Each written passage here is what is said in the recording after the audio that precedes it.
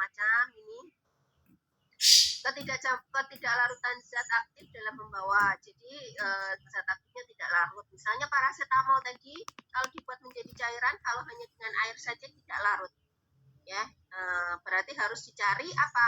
Dicari pelarut lain yang bisa melarutkan paracetamol. Ya.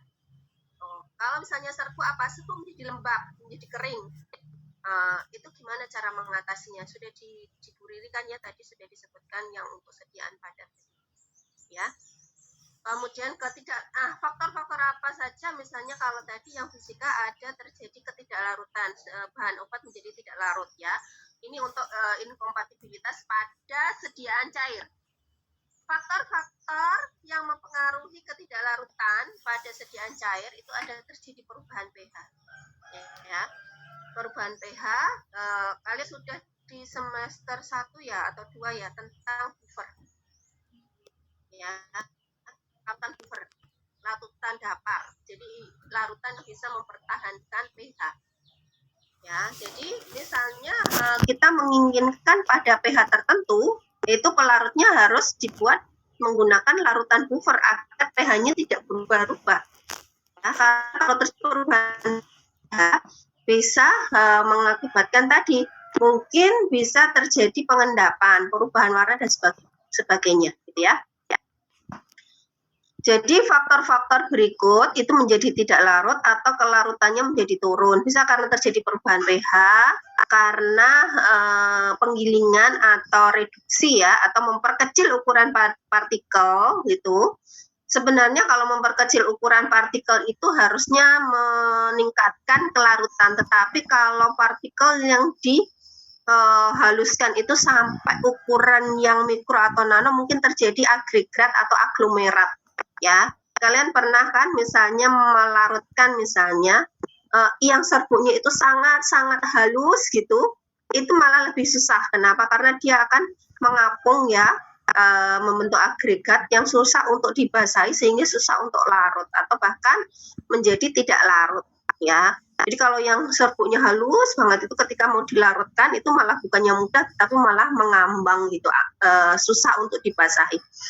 Kemudian adanya surfaktan, itu seharusnya kalau surfaktan itu sebenarnya bisa ditingkatkan kelarutan ya. Surfaktan itu kimia, pembentukan kompleks ya. Kemudian kosolvan ini beberapa ya yang bisa mempengaruhi kelarutan, menurunkan maupun meningkatkan ya. Surfaktan bisa meningkatkan kelarutan ya, ditambahkan ketika obat tidak larut itu ditambahkan surfaktan untuk bisa larut ya. Ini untuk kelarutan.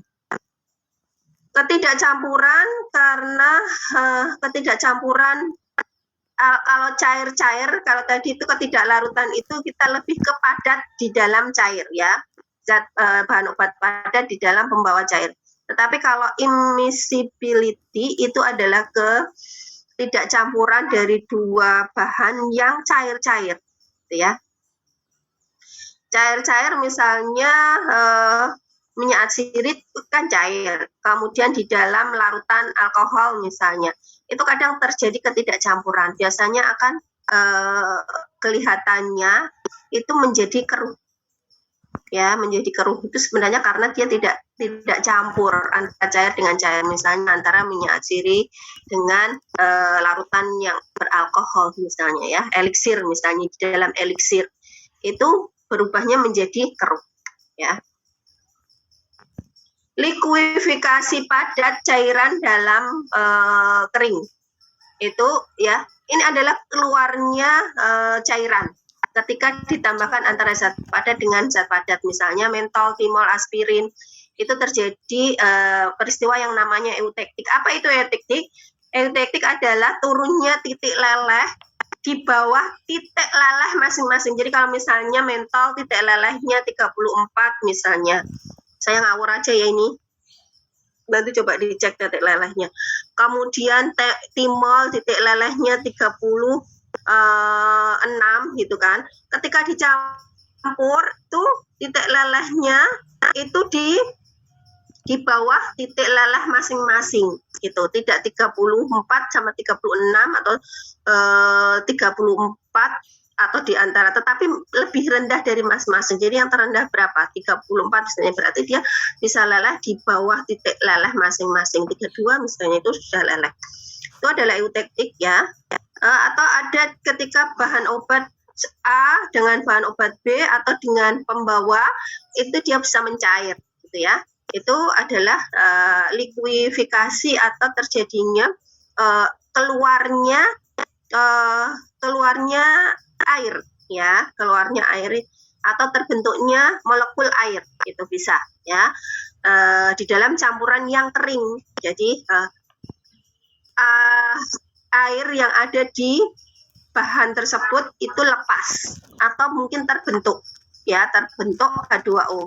Jadi kalau kalian perhatikan nanti ada beberapa, misalnya amoksisilin itu kan ada rumusnya amoksisilin, saya tidak hafal, terus titik misalnya 6H2O. Jadi dia mengandung molekul air di dalam amoksisilin tersebut. Nah ini kalau misalnya terjadi likuifikasi itu airnya tadi itu lepas sehingga menjadi basah kan ininya, serkunya gitu.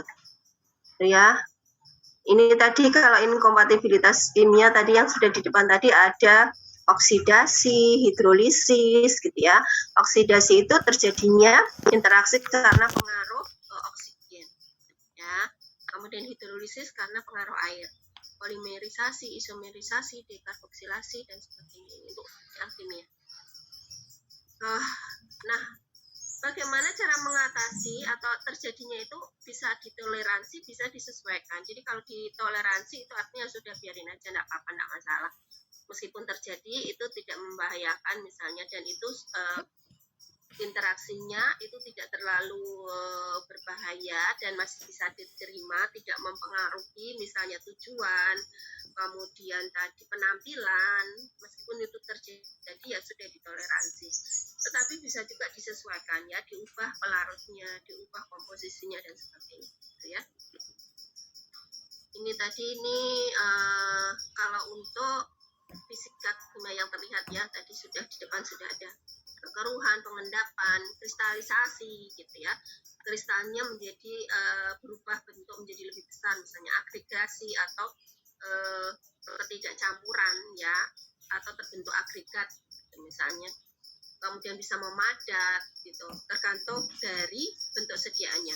Perubahan warna, yang kalau perubahan warna itu yang paling jelas ada pada sediaan cair ya, atau berubah viskositasnya menjadi lebih kental ataupun lebih encer ya, sediaan itu bisa dikarenakan karena terjadi interaksi gitu ya, perubahan warna, bau dan rasa.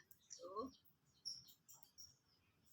ini contohnya ya, misalnya tadi terjadi endapan, harusnya kan jerih seperti ini, kemudian terjadi endapan, ada endapannya gitu ya.